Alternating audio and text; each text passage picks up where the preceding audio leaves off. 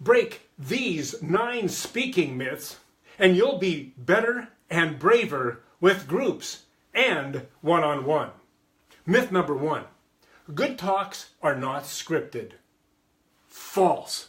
The best talks, from Seinfeld's stand-up routine to an Oscar MC's patter, are all tightly scripted, then practiced. And I mean practiced a lot.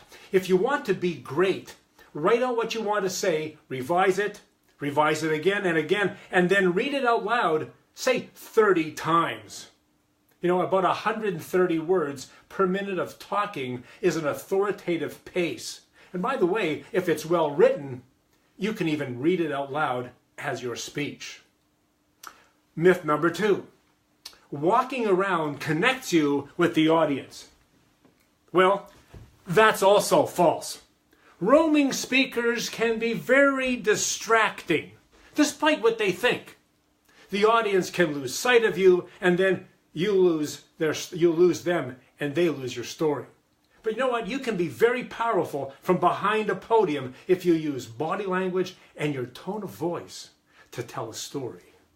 Myth number 3. Start with your thank yous. False. Once you're introduced, start right in with your talk with your very best point. The crowd is there to hear you make your points. Start there. Say your thank yous at the very end. Myth number 4. Build to the key point at the end of your talk. False. Start hot with your best material to ensure that your audience is paying attention. Make your first 6 words very compelling. Write this down. Your first 6 words need to be very compelling to have a great talk and a good article as far as that goes. Myth number 5. Good speeches take a long time to deliver. False. Lincoln's 1863 Gettysburg Address was just 272 words, and it took him less than 2 minutes to deliver it. TED Talks are just 18 minutes. You see, effective short speeches take longer to prepare than long ones because you can only use your very best material. That's what makes for a great talk anyway. So that's why short is better. It's got your best stuff in it. Myth number 6.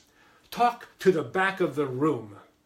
Well, that's also false. You see, that disconnects you from the audience with that faraway look as you look at some non-existent person apparently attached to the back wall of the auditorium or the room that you're in. It's a bad idea. Instead, choose a few people near the front to talk to. Use their names occasionally too, and that really helps you connect with the whole room. Myth number 7. Lay out your talk formally.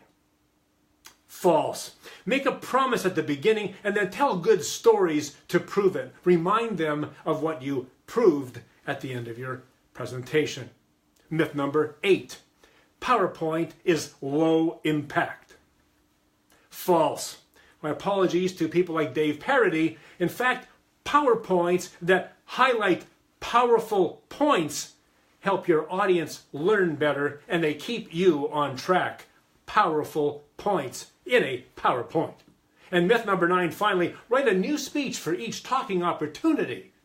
Well, that's also false. Instead, make a great talk and then change the audience, not the talk. Hey, by the way, that's what makes you successful in speaking and in sales.